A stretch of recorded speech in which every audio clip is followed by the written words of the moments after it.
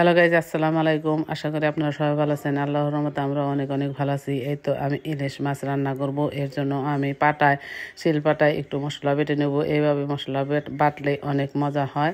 আসলে তো মাছের রাজা ইলিশ রাজাকে যেভাবে সাজায় মানুষ সেভাবেই অনেক মজা। এই দেখেন আমি ইলিশ মাছ রান্না করব। এর জন্য আমি একটু কাঁচামরিচ আর একটু রসুন জিরা নিয়েছি। এইভাবে বেটে মাছ সাধারণভাবে রান্না করব, কিন্তু যে আগেই বললাম যে ইলিশ হলো মাছের রাজা। এই রাজাকে যেভাবে সাজায় সেভাবে সে অতুলনীয় হয়ে যায়। এই তো এইভাবে আমি গরম তেলে ফোড়ন দিতেছি।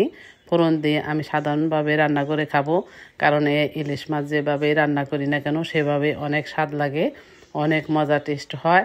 এই যে এবার আমি সরিষার বাটাগুলো আমি সুন্দরভাবে পেঁয়াজের সাথে মিশিয়ে নিতেছি। এখন আমি সব মশলা দিয়ে দিলাম। আমি সাধারণভাবে আসলে রান্না করতেছি, এভাবেও অনেক মজা হয়। রান্নাটা আপনাদের সাথে শেয়ার করতেছি। ভিডিওটি ভালো লাগলে লাইক কমেন্ট শেয়ার করে দিবেন আর একটি সাবস্ক্রাইব করে দিবেন।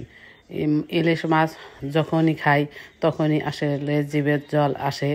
ইলিশ মাছের উপরে কোনো মাছ হয় না, এই কারণে সাধারণভাবেও রান্না করলে অনেক মজা লাগে। এই তো আমি সুন্দর করে সব মাছগুলো মশলার মধ্যে দিয়ে দিতেছি। আর একটু টমেটো দিয়ে দিব।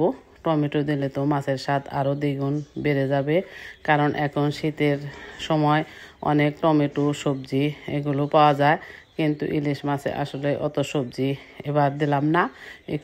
আমি শুধু মন মতো কষিয়ে খাবো, এর জন্যই আমি এইভাবে রান্না করে নিলাম। আমার রান্নাটি আপনাদের ভালো লাগলে ভিডিওটি শেয়ার করে দিবেন আর লাইক করে দেখতে থাকুন। এই তো আমার রান্নাটি শেষ হয়ে গেছে। আপনারা ভালো থাকবেন। আমরাও আল্লাহর কাছে দোয়া করি সবাই ভালো থাকবে।